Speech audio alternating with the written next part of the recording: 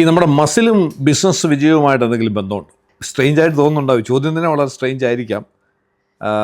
ഉണ്ടെന്നാണ് ഞാൻ വിശ്വസിക്കുന്നത്. കാരണം മസിൽ ബിൽഡ് ചെയ്യുക, മസിൽ പെരുപ്പിക്കുക എന്നൊക്കെ ഉള്ളത് വേറെ വിഷയം. പക്ഷേ പ്രോപ്പറായിട്ട് ശരിയായിട്ടുള്ള മസിൽസ് ബോഡിയിൽ ഇല്ലാതെ വരുന്നതുകൊണ്ടാകുന്ന ബുദ്ധിമുട്ട് അനുഭവിക്കുന്ന ആൾക്കാർക്ക് മാത്രമേ അത് മനസ്സിലാവത്തുള്ളൂ.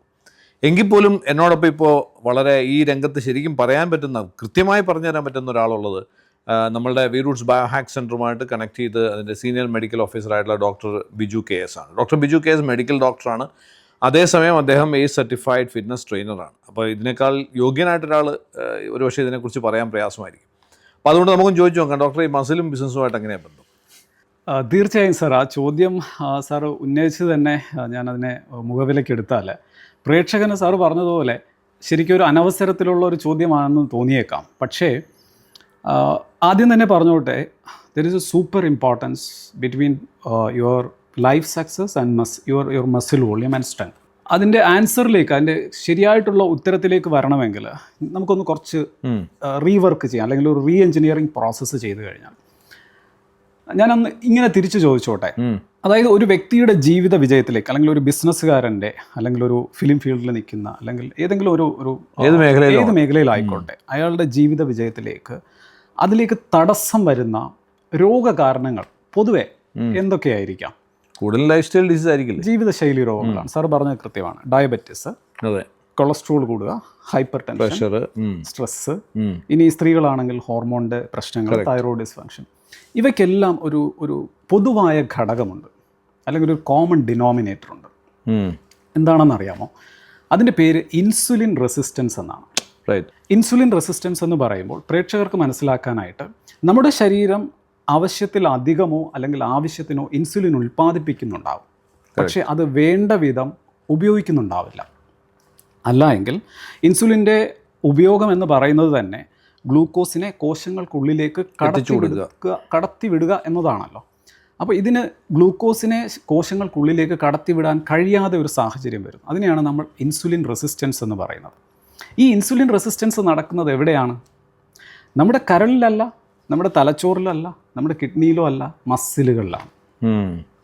അപ്പോൾ ഇൻസുലിൻ റെസിസ്റ്റൻസ് കൊണ്ട് ഞാൻ നേരത്തെ പറഞ്ഞ ഇത്തരം രോഗാവസ്ഥകളെല്ലാം ഉണ്ടാകുന്നു. ഡയബറ്റിസ് ഉണ്ടാകുന്നു, ഹൃദ്രോഗം വരെ ഉണ്ടാകാം, ബ്ലഡ് പ്രഷർ, കൊളസ്ട്രോള്, ഹോർമോണിലെ തകരാറുകൾ കൊണ്ടുണ്ടാകുന്ന മറ്റു രോഗാവസ്ഥകൾ, ഫാറ്റി ലിവർ ഉണ്ടാകാം. ഇതിൻ്റെയൊക്കെ അടിസ്ഥാന കാരണം ഇൻസുലിനാണ്. ഈ ഇൻസുലിൻ പ്രവർത്തിക്കുന്നത് എവിടെയാണ്? മസിലുകളിലാണ്. മറ്റൊരു ഉദാഹരണം പറഞ്ഞാൽ, ഒരു ഡയബറ്റിക് രോഗി, അദ്ദേഹം വളരെ ശോഷിച്ചിരിക്കുന്ന വ്യക്തിയാണെങ്കിൽ അവരുടെ ബ്ലഡ് ഷുഗർ കൺട്രോൾ ചെയ്യാൻ അല്ലെങ്കിൽ മാനേജ് ചെയ്യാൻ ബുദ്ധിമുട്ടുന്നതായി കാണാം. എന്നാൽ കുറച്ചൊന്ന് തടിച്ച, ശരീരത്തിൽ അവശ്യം മസിലുകൾ ഉള്ള വ്യക്തി, അവരുടെ ബ്ലഡ് ഷുഗർ മാനേജ് ചെയ്യാൻ വളരെ ഈസി ആയിട്ട് അവർക്കത് സാധിക്കുന്നതായി കാണാം. കറക്റ്റ്. കാരണം എന്താണെന്നറിയാമോ? അവരുടെ ശരീരത്തിൽ ആവശ്യം വേണ്ട മസിലുകൾ ഉള്ളതുകൊണ്ടാണ്. ഇത് ഡയബറ്റിസിൻ്റെ ഒരു ഉദാഹരണം മാത്രമാണ്. ഞാൻ പറഞ്ഞു വരുന്നത്, ഇത്തരം ജീവിതശൈലി രോഗങ്ങളാണ് പലപ്പോഴും ഒരു വ്യക്തിയുടെ അയാളുടെ ജീവിതത്തിൻ്റെ ഉന്നതങ്ങളിലേക്ക് എത്താൻ തടസ്സമായി നിൽക്കുന്നത്. ഒരു സംശയമില്ല. തീർച്ചയായും അതിൻ്റെ അടിസ്ഥാന കാരണം പലപ്പോഴും ഈ ഇൻസുലിൻ റെസിസ്റ്റൻസ് ആണ്. ഈ ഇൻസുലിൻ റെസിസ്റ്റൻസ് ഞാൻ സൂചിപ്പിച്ചതുപോലെ മസിലുകളിലാണ് ഇത് സംഭവിക്കുന്നത്. മസിലുകളുടെ ആവശ്യത്തിന് വേണ്ട വോള്യം, അതിൻ്റെ സ്ട്രെങ്ത് കൂടുതലാണെങ്കിൽ തീർച്ചയായും ഇൻസുലിൻ റെസിസ്റ്റൻസ് കുറഞ്ഞിരിക്കുകയും നിങ്ങൾ ഡയബറ്റിസ് എന്നുള്ള രോഗത്തിലേക്ക് പോകുന്നില്ല, നിങ്ങൾ കൊളസ്ട്രോളിലേക്ക് പോകുന്നില്ല, അല്ലെങ്കിൽ നിങ്ങൾ ഹൈപ്പർ ടെൻഷനിലേക്ക് പോകുന്നില്ല. അപ്പോൾ മസിലുകളുടെ ഗുണം, അല്ലെങ്കിൽ കൂടുതൽ വോള്യം ഓഫ് മസിൽ, അല്ലെങ്കിൽ ആഡിക്വേറ്റ് എമൗണ്ട് ഓഫ് മസിൽ എന്ന് വേണമെങ്കിലും പറയാം, അതിൻ്റെ സ്ട്രെങ്ത്, ഇതെല്ലാം തന്നെ ഒരു വ്യക്തിയുടെ ജീവിത വിജയത്തെ സ്വാധീനിക്കുന്നുണ്ട് എന്ന് നിസ്സംശയം പറയാം. ഇനി അതുകൂടാതെ നമ്മൊരു 50 വയസ്സിന് മുകളിലുള്ള വ്യക്തികളെ നോക്കുകയാണെങ്കിൽ നമുക്കറിയാം, 40 വയസ്സ് കഴിയുമ്പോൾ ഒരു വ്യക്തിയുടെ മസിലുകളുടെ അളവ് ശരീരത്തിൽ നിന്നും കുറഞ്ഞു വരുന്നതായി കാണാം. അതിനെ ടെക്നിക്കലി നാം സാർക്കോപീനിയ എന്നാണ് വിശേഷിപ്പിക്കുന്നത്. അത് ഒരു വ്യക്തിക്കും അതിൽ നിന്ന് ഒളിച്ചോടാൻ പറ്റില്ല. എനിക്കോ താങ്കൾക്കോ അതിൽ നിന്ന് പറ്റില്ല. റൈറ്റ്. അത് ഈവൻ ബോഡി ബിൽഡേഴ്സിനെ തന്നെ നോക്കിയാൽ അറിയാം. അവരുടെ 30കളിലോ 40കളിലോ ഉള്ള ശരീരമല്ല 60കളിലും 70കളിലും. മസിലുകൾ ശോഷിച്ചു പോകും. ഇതിനെ നമുക്ക് ചെയ്യാൻ പറ്റുന്നത് ഈ മസിലുകളുടെ ശോഷണത്തിൻ്റെ നിരക്ക് കുറയ്ക്കുക എന്നതാണ്. മറ്റൊരു തരത്തിൽ പറഞ്ഞാൽ, 40 വയസ്സോ 50 വയസ്സോ ആകുന്ന വ്യക്തികളാകട്ടെ, അവർക്ക് അവരുടെ മസിലുകളെ അത് ശോഷിക്കുന്നതിൻ്റെ നിരക്ക് കുറയ്ക്കുകയും അത് നിലനിർത്തുന്നതിൻ്റെയും ആവശ്യകത വളരെയധികമാണ്. അതെന്തുകൊണ്ടെന്ന് വെച്ചാൽ, നമ്മളെ ദീർഘായുസ്സിലേക്ക് നയിക്കുന്ന അല്ലെങ്കിൽ ലോഞ്ചിവിറ്റിയിലേക്ക് നയിക്കുന്ന നമ്മുടെ ശരീരത്തിലെ ഏറ്റവും പ്രധാനപ്പെട്ട അവയവം ഏതാണെന്ന് ചോദിച്ചാൽ അത് നമ്മുടെ കരളല്ല, നമ്മുടെ ഹൃദയമല്ല, കിഡ്നിയല്ല, മസിലാണ്. Muscle is considered to be the longevity organ. Correct. അപ്പോൾ 40 വയസ്സുള്ള ഒരു ബിസിനസ്സുകാരൻ, 50 വയസ്സുള്ള ഒരു ബിസിനസ്സുകാരൻ, അദ്ദേഹത്തിൻ്റെ ബിസിനസ് ഒരുപക്ഷെ തുടങ്ങിയിട്ടേ ഉണ്ടാവും. ആ ബിസിനസ് ഒന്ന് ഫ്ലറിഷ് ചെയ്ത് വരണമെങ്കിൽ ചിലപ്പോൾ ഒരു 10 വർഷം എടുത്തേക്കാം. ഈ 10 വർഷമോ അതിന് ശേഷമോ ഉള്ള കാലയളവിലേക്ക് അദ്ദേഹം ദീർഘായുസ്സോടുകൂടി ഇരിക്കണമെങ്കിൽ അദ്ദേഹത്തിന് മസിലുകൾ അത്യാവശ്യമാണ്. Science has proven that muscle is considered to be the longevity organ. ഇപ്പം ഞാൻ പറഞ്ഞു വരുന്നത് ഈ 40 വയസ്സുകാരൻ എല്ലാ ദിവസവും ജിമ്മിൽ പോയിട്ട് മസിൽ ബിൽഡ് ചെയ്യാനുള്ള എക്സർസൈസ് ചെയ്യണമെന്നല്ല. മറിച്ച് 40 വയസ്സുള്ള ഒരു വ്യക്തി അല്ലെങ്കിൽ 50 വയസ്സുള്ള ഒരു വ്യക്തി അയാളുടെ ശരീരത്തിൽ നിന്ന് മസിലുകൾ ശോഷിച്ചു പോകുന്നതിൻ്റെ നിരക്ക് കുറയ്ക്കുക എന്നുള്ളതാണ്. അഡിക്വേറ്റ് എമൗണ്ട് ഓഫ് മസിൽ, ആവശ്യം വേണ്ട മസിലുകൾ എപ്പോഴും നാം സംരക്ഷിച്ച് നിർത്തേണ്ടത് അത്യാവശ്യമാണ്.